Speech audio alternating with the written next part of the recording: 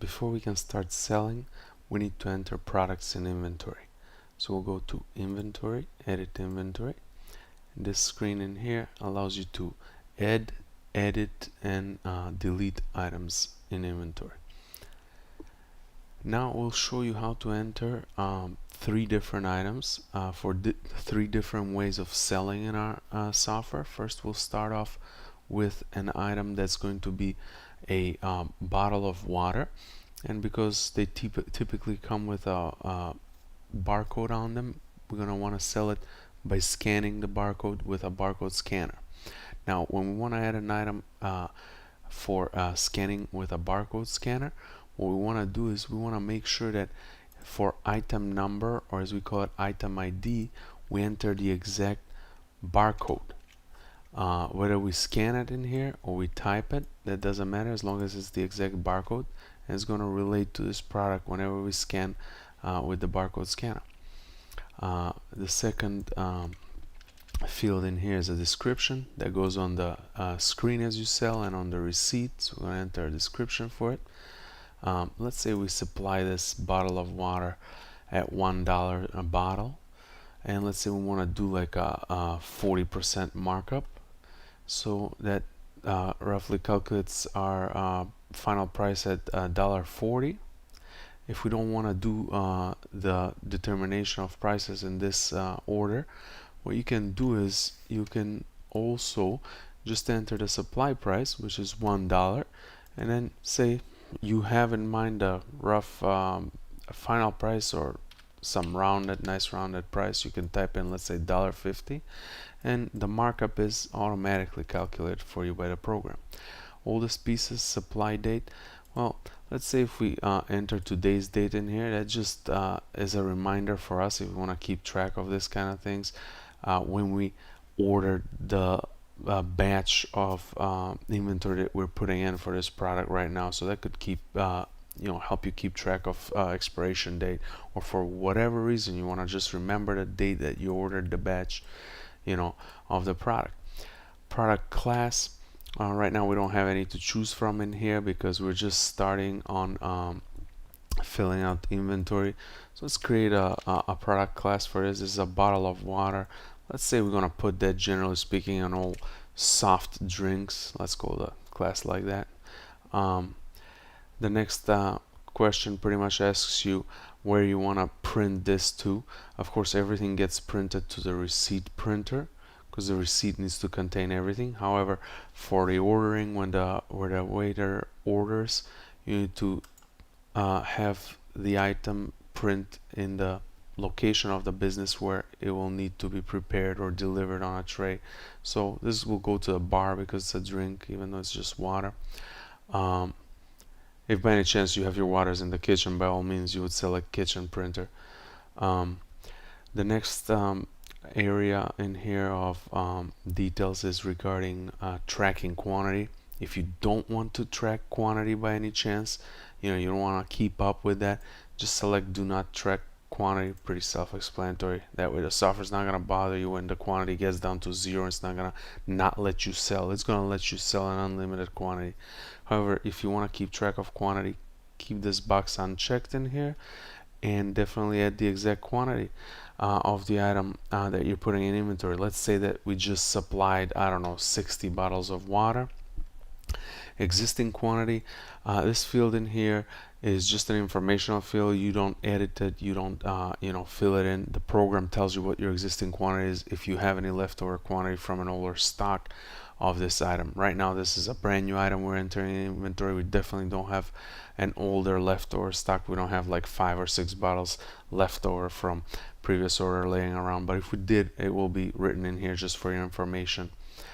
The next option is regarding low stock alert. What that means is if you want the software to alert you when the stock of this product, when the quantity gets too low, just click this box in here, check it, and tell the software how many items do you want this alert to start on. Let's say 10 items. Let's say when you get to 10 bottles of water, the software is going to start alerting you to reorder some more. needs to be weighed. This is an option that you will check if you have an item that needs to be weighed at the register. So it tells the cashier, please put the item on the scale. So it weighs it, gets the weight, and it determines the final price per weight, per as unit of measure. We definitely we're not gonna weigh this item, so we're gonna just unselect that. Invoice path is just a way of you keeping track of any digital invoices. What that means is, let's say with this order, we ordered 60 bottles of water. The supplier maybe sent us our invoice or receipt through email. Very common these days. Maybe it came in a form of a Word document or something like that. So then we saved it somewhere on a computer. Now, if you want to keep that information in here, like where this file is, you can put the exact path in here to where you save that, where you're keeping the latest order receipt or invoice, so you can look it up for quick reordering. Tax, let's say we're gonna our state taxes general items at 7%, so we're just gonna set the tax for 7% for soft drinks. Commission, if you want to give commission for this product, you can just enter it, like let's say 30% commission or whatever.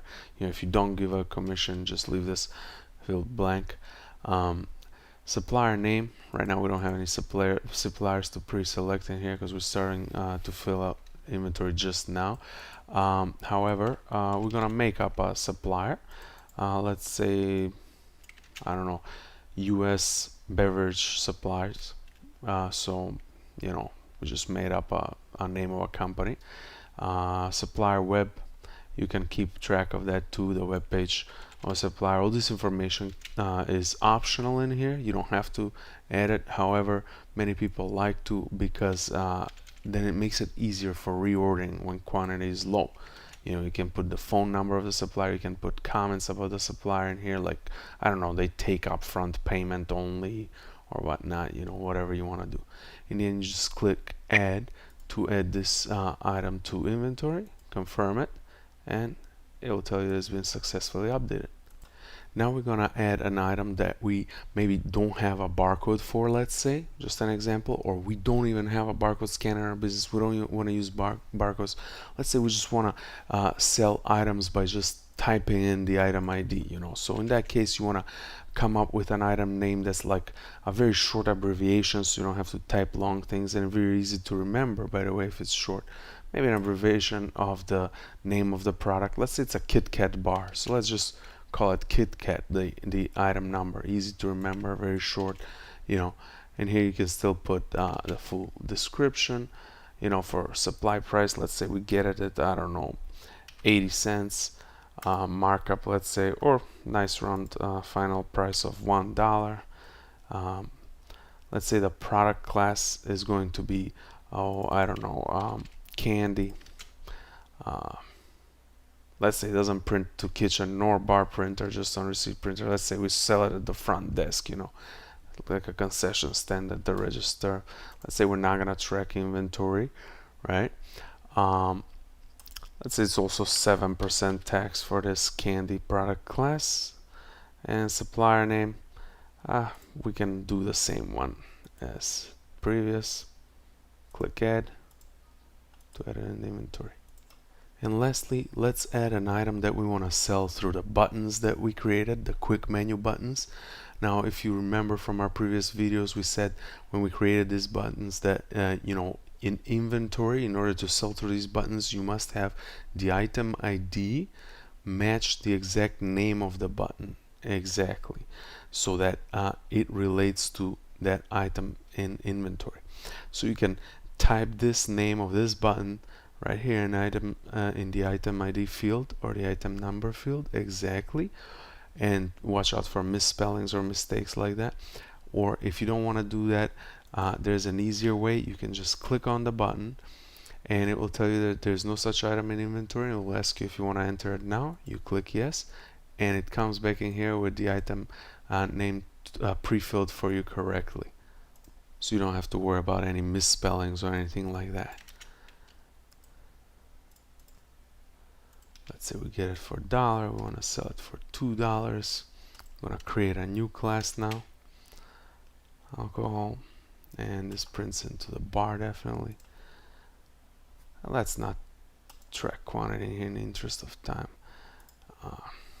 Tax, let's say we have a higher tax on alcohol in our state. Let's say it's 9%, and we'll still go with the same supplier, even though keep in mind you can add as many suppliers as you want in here. So as soon as we click add, confirm, that's added to inventory as well.